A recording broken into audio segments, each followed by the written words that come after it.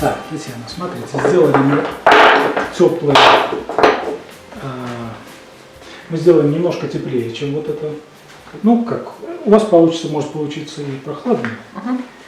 Я делаю немножко теплее. Так, вот эти вот колокольчики.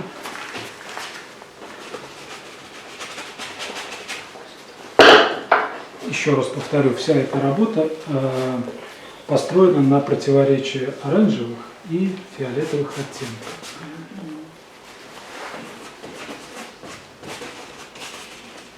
Особенно периферийные, стараемся периферийные делать нарочито даже, не прописывая.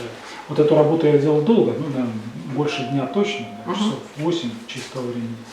У нас получится, может быть, мы 2-3 сделаем более качественно, в качестве, все остальное будет вот так. И нам это выгодно сделать не размыто, а ну, как бы... Фокус-фри. Да. Недосказано, что ли.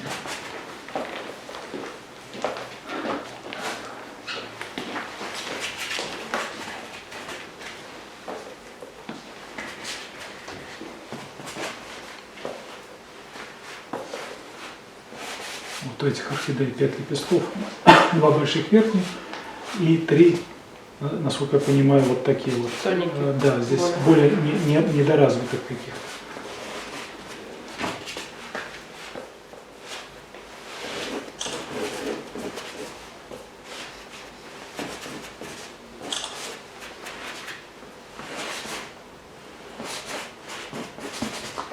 Глубокая тень, фиолетовая, обязательно добавляем чего-нибудь теплого, красного или коричневого. Там, где глубокая тень. Чтобы что не было. Да, там тепло. Там всегда тепло. Или краплака. Вот так вот.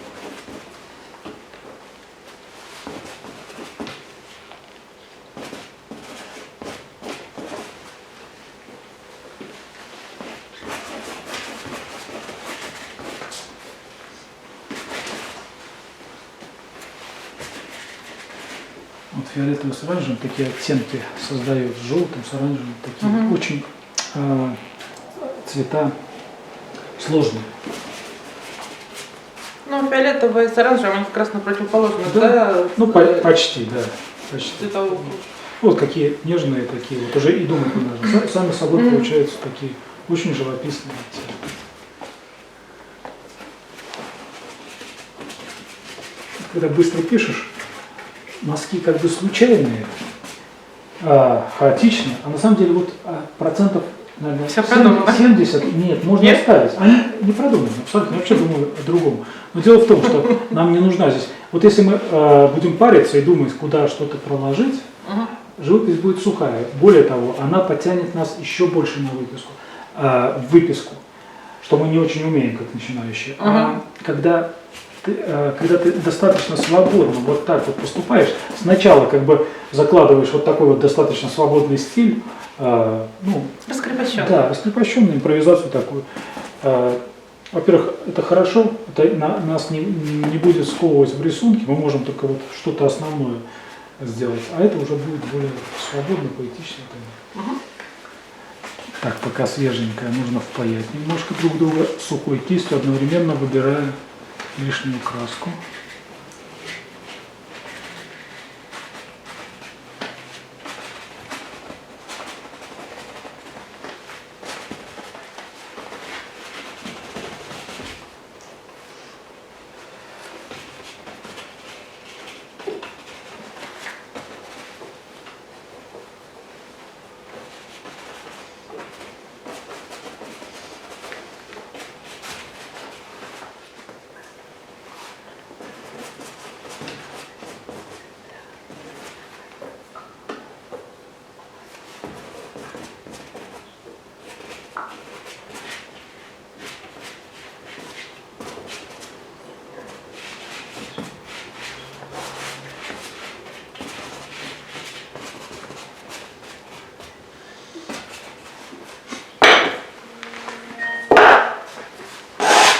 Можно снять лишнее теперь.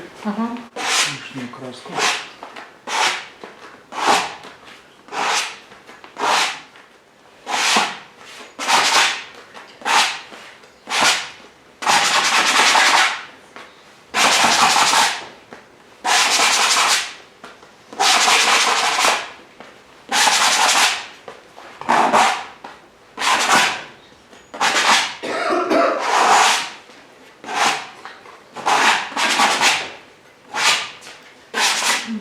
Вот, и теперь уже можно начинать рисовать, уже с уточнением.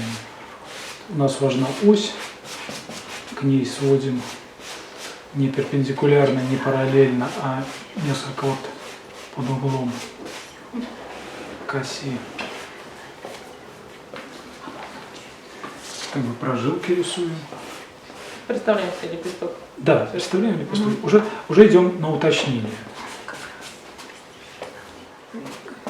Сначала этой самой щетины, а потом возьмем кисти. Вот и потом будем собирать вот эти вот оттенки. Давайте так сделаем, Таня. Я пойду дальше. Да. Вы это делаете. Я попробую вас догнать. Да. Начните сначала с более слабых красок, желто-оранжевых, потому что по фиолетовым вы так не нарисуете, будет смешиваться. А потом к нему уже более мощный фиолетовый. И очень важно вот это отношение фиолетовый и оранжевый, оранжевый и фиолетовый, чтобы вот такое мягкое было. Фиолетовым, чтобы немножко было оранжевый, и в оранжевый можно чуть-чуть фиолетовый, или же краплака, чтобы это было гармонично. Вот в таком ключе. Так, Татьяна, ну отлично, ни одной ошибки. Прямо все хорошо. Спасибо. Похвалить.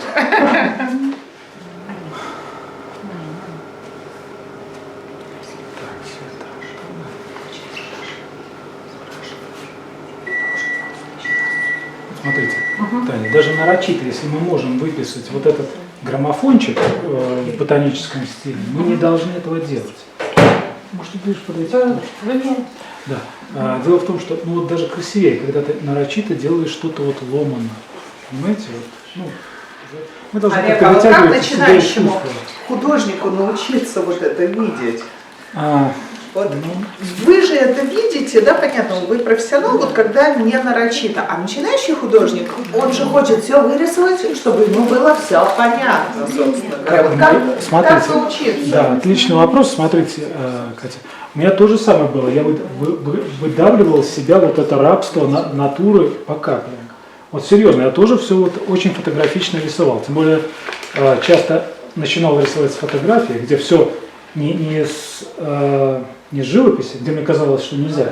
Стыдно было списывать с картин. Ну, это ошибочное, конечно, мнение. Я срисовывал с фотографии, там все жестко.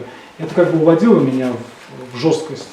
Фотографичность, да. И несколько лет из себя это выдавливал. Но постепенно выдавливается. Ну, хорошо, а вот вы выдавливаете. Сейчас даже наоборот, мне трудно не уйти в какое-то вот в такое, совсем свободное. То есть получается только опыт. Вот рисуешь, и вот тогда уже... В принципе, да. Опыт, ну, у кого как. У кого это быстро, у кого есть внутренняя смелость какая-то. Просто взять сразу, и таких это редко бывает. Вот сколько я тут людей повидал. Это какой-то несколько процентов всего лишь, который не боится делать что угодно на холсте, не боится ошибок. Который справился со своим перфекционизмом, ему не так важен результат, он получает удовольствие. И, как правило, такие картины всегда получаются.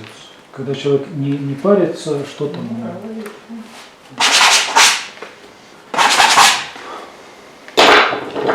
Мы тут трясемся за каждую ручечку. Да.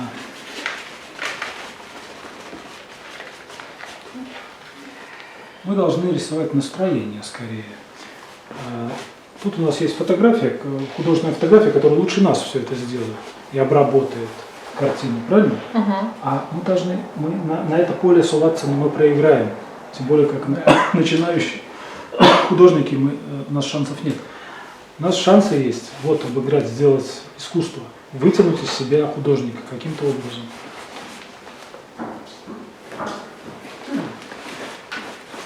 Причем он у вас есть, у каждого. Просто вот если не бояться, если каким-то образом раскрепоститься, вы что-то из себя, какие-то навыки у вас есть по краске, как укладывать, и все, этого достаточно.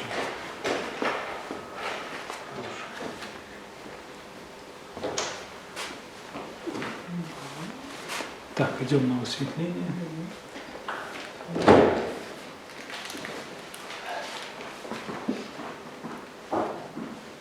Самое главное, ну, мне лично найти где лепестки, потому что вы их видите, и я сейчас Вы у себя-то разберетесь? Вот я про что говорю, что я...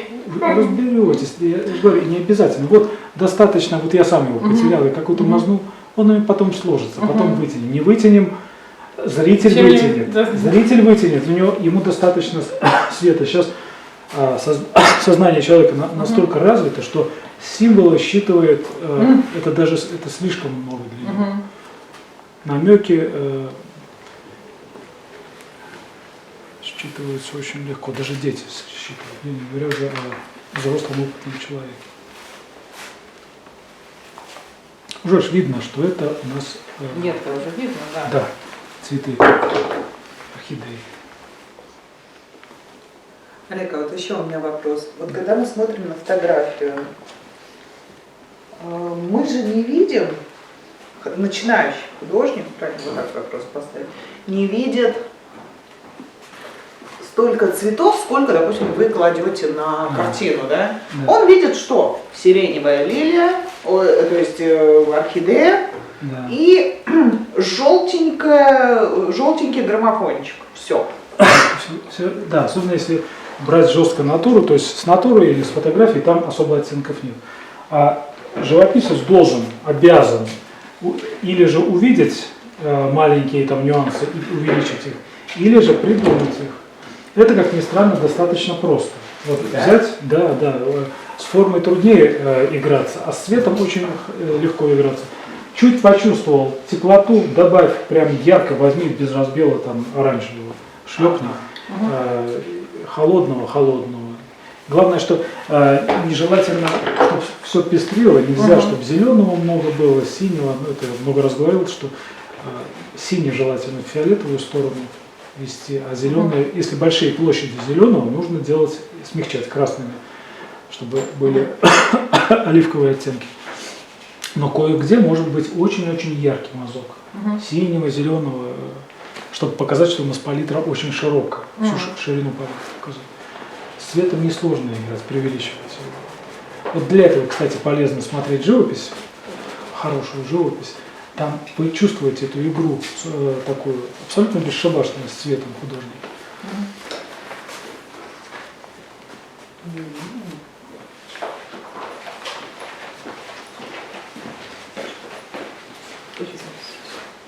Вот можно взять таких крайних цветов, зажигалочек таких розовые, там какой-то наполитанская розовая, кое-где вот много нельзя, чуть-чуть. Да, вот даже вот этого может и много.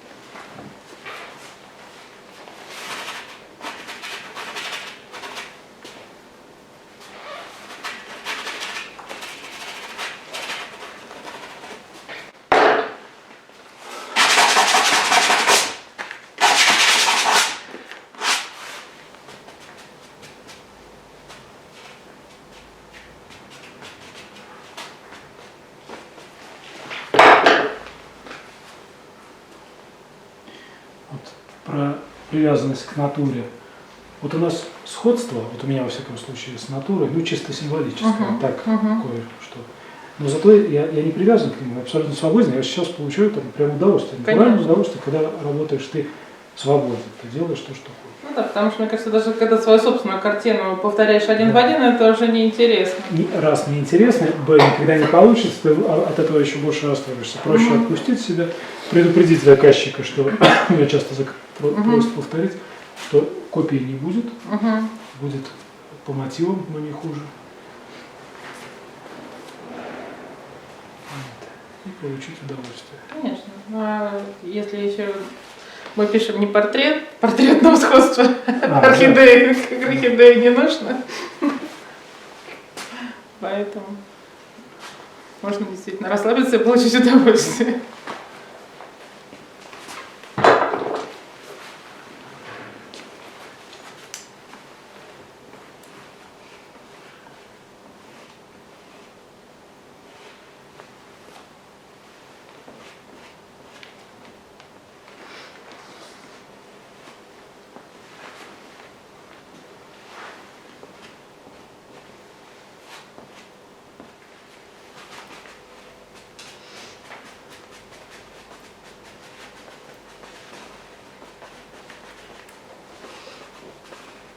Вот чувствуем, получилось случайно какое-то вот место сложное по цвету и неплохое. Вот оранжевый тут смешался с фиолетовым, чуть-чуть зелененькое, и такой, ну, чувствуете или нет, сочетание живопись.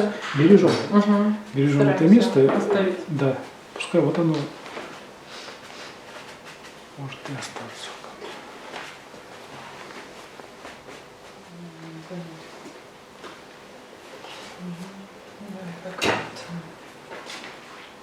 Контрастно. Темное значит темное, светлое значит светлое. Только на больших контрастах можно передать освещение, а тем более солнце. Если мы тут какой-то имитируем солнце, контрастность должна быть очень высокая.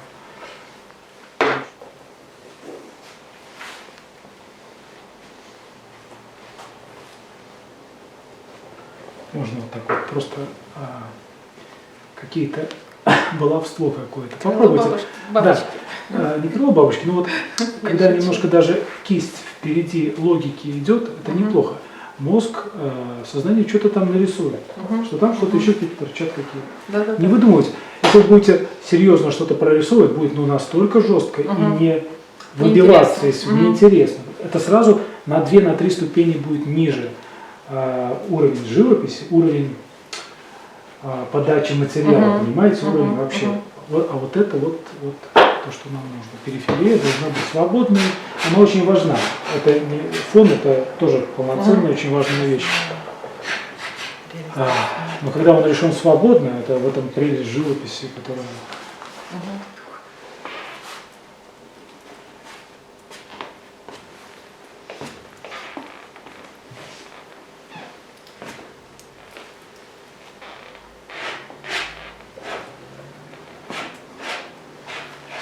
Можно, чтобы для разнообразия густых мазков положить, чтобы не все было гладко. Укладка должна быть разнообразной.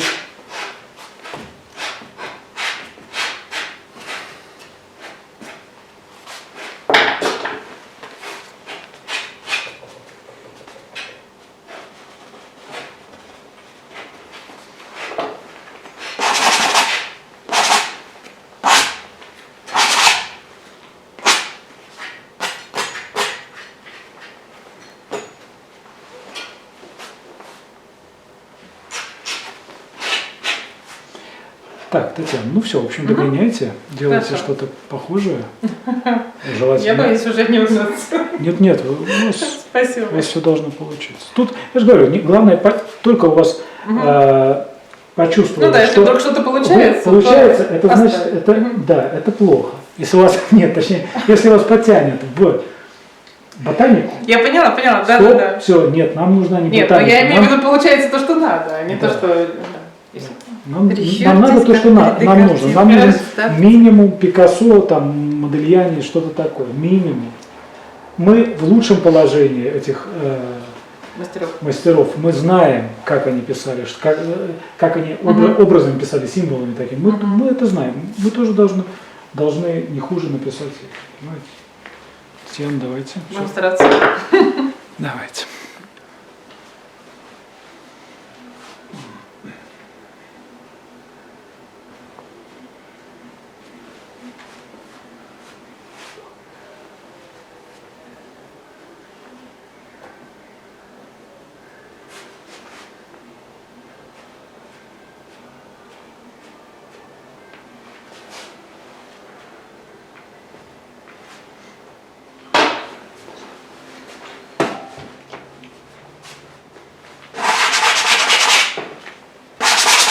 этого боитесь инструмента. Вот, Мгм. вот, знаешь, только Я думаю, ты вообще нафиг все размажешь. Нет, вот, Не найдешь.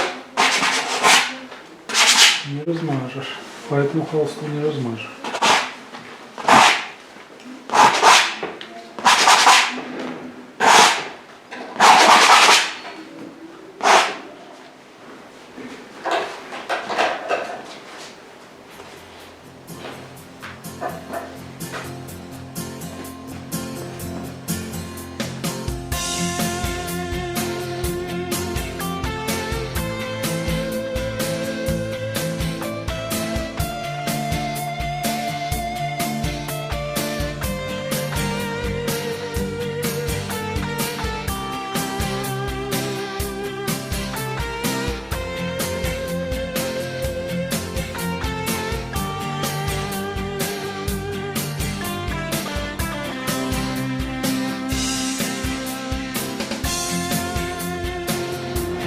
Так, ну ладно, Танюш. Короче, с этими картинками что? Все шикарно. Все нормально. Все ну? шикарно.